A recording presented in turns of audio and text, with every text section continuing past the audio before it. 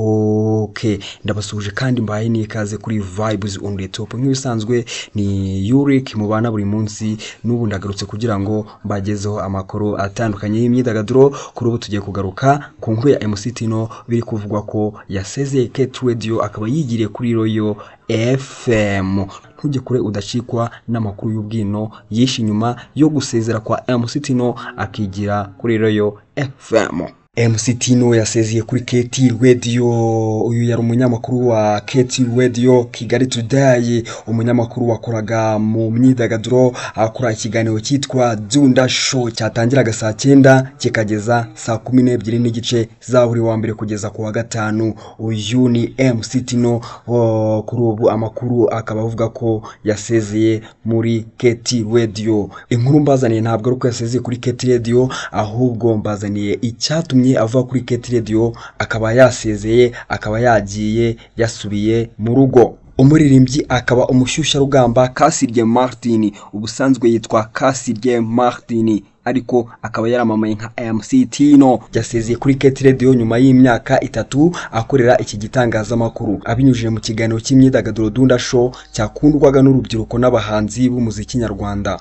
Mu kiganiro yagiranye n'inyarwanda, MC Tino yavuze ko yandikiye ubuyobozi bwa Kate Radio asezera ku mugaragaro. Ibi akaba yarabikoze tariki 30 Mata 2025, ndetse ashimira abagenzi be n'ubuyobozi bwamuhaye amahirwe yo gukorera iyi radio ya Kate Radio. Radio ikomeye cyane rwose, iri mu maradio akomeye cyane, ikorera hariya mu nyubako ya chic. Ni Kate Radio ivugira ku murongo wa 93 mu mujyi wa Kigali, 101.1 mu ntara y'Amajyaruguru, 107.9 mu ntara y'Amajyepfo, 103.3 mu ntara y'Iburengerazuba, ndetse n'102 mu ntara y'Iburasirazuba.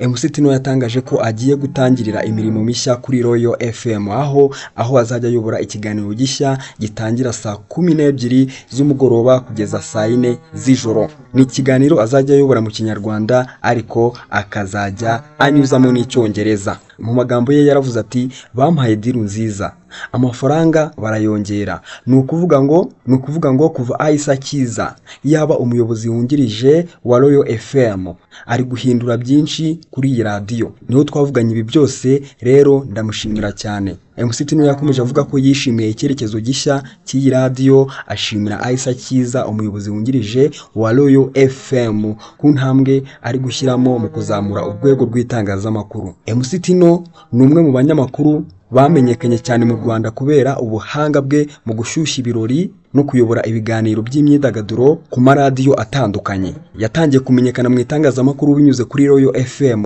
aho yaje kwigarurira abakunzi b'imyidagaduro. Nyuma yakomereje kuri KFM, aho yabaye umwe mu banyamakuru bakurikirwa cyane. Yaje no kugira uruhare mu gushingwa kwa radio ya Country FM ikorera mu karere ka Rusizi, aho yamaze igihe ayobora ibiganiro byahuriraga cyane ku nsanganyamatsiko z'ubuhanzi n'umuziki. Yongeye kumenyekana cyane kuri Kate Radio mu kiganiro Dunda Show cyabaye igicumbi cy'abahanzi n'abandi bantu bazwi cyane batumiwe kenshi mu biganiro bigamije guteza imbere impano no kwidagadura. Uretse itangazamakuru, MC Tino ni umuririmbyi wamenyekanye cyane mu izina rya TBB, bishatse kuvuga Tino, Bob na Benja. Iri tsinda rikaba ryarakunzwe cyane mu myaka ya 2010. Nyuma aza gutangira umuziki ku giti cye, asohora indirimbo zakunzwe cyane zirimo Nge Nawe, Medication, ndetse n'izindi zakunzwe cyane zirimo Umurima, ndetse n'izindi nyinshi. MC Tino azwiho ubuhanga mu guhuza abantu, guseka no gutuma abamwumva batihagararaho kandi ntibarambirwe.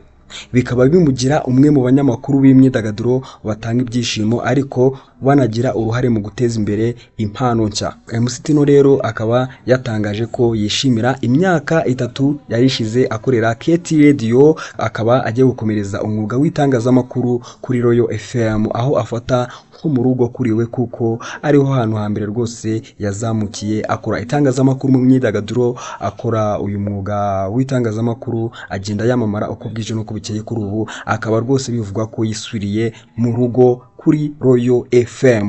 MC Tino yagaragaje ko uburamba afite mu gukora radio zinyuranye byatumye yiyemeza no kubihuza no gukora umuziki. Kuri ubu akaba ari umuhanzi unakora n'umwuga w'itangazamakuru kandi akaba ari n'umu MC umushyushya rugamba ukomeye cyane, aho agenda ayobora ibitaramo bitandukanye ari umu MC. Urumva rero MC Tino icyamamare muri muzika, icyamamare mu itangazamakuru, icyamamare mu gushyushya urugamba. Kuri ubu akaba agiye gukomereza umwuga w'itangazamakuru we hariya kuri Royal FM. Abakunzi ba Tino rero umuhumene ntabwo agiye ntagasubiye mu rugo kwicara, ahubwo asubiye mu rugo nyine kuri Royal FM. Ikindi kandi nuko impamvu nyamukuru yatumye asezera kuri Kate Radio nuko bamuterese bamukeneye bazamura amafaranga, asezera kuri Kate Radio yisubira kuri Royal FM bitewe n'umufungo rwose bari bamuhaye utubutse. Kandi nkubwira ko kuba ivuye kuri Kate Radio avuyeyo neza mu mahoro atanduranyije,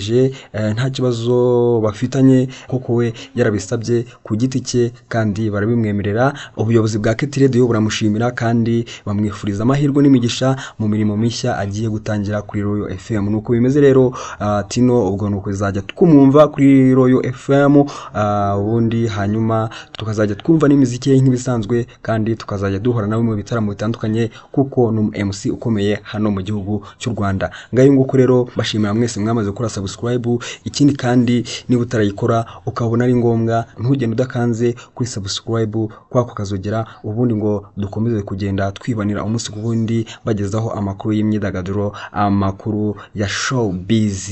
Iyi ni Vibes on the Top. Reka dusubire mu yindi nkuru turi kumwe. Ciao ciao.